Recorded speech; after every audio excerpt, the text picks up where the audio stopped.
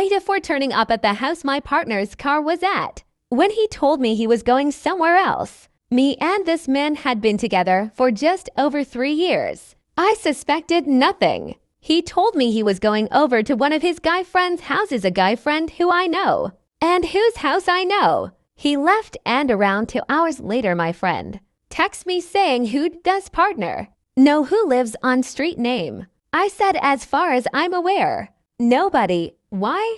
She told me his car was parked in the driveway of a house on a certain street in our town. So clearly he wasn't at his friend's house. I don't know if this is psycho behavior, but I asked her for the address and I went there.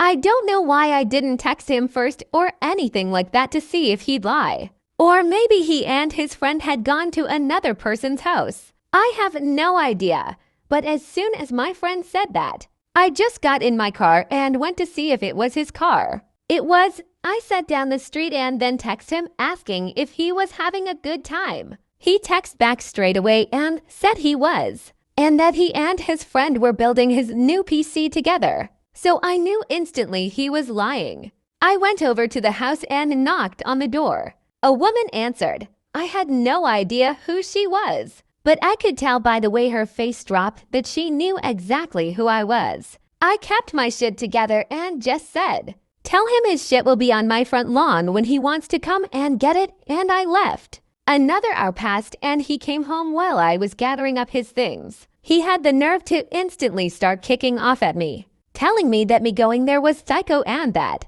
I was crazy for pulling that stunt. I didn't say anything, just carried on gathering his things. He kept telling me to stop, and I didn't. He got in front of me and said stop. And that's when I lost it. I shoved him away from me and started crying. Told him to get his shit and get out. I then locked myself in my office room and waited for him to leave. This happened last night. Some of his SHT is still here. He didn't take much. Seems he just took a bunch of his clothes and his toiletries. Haven't heard from him, and I haven't texted him either. But was I the *** hole for turning up to this house he was at?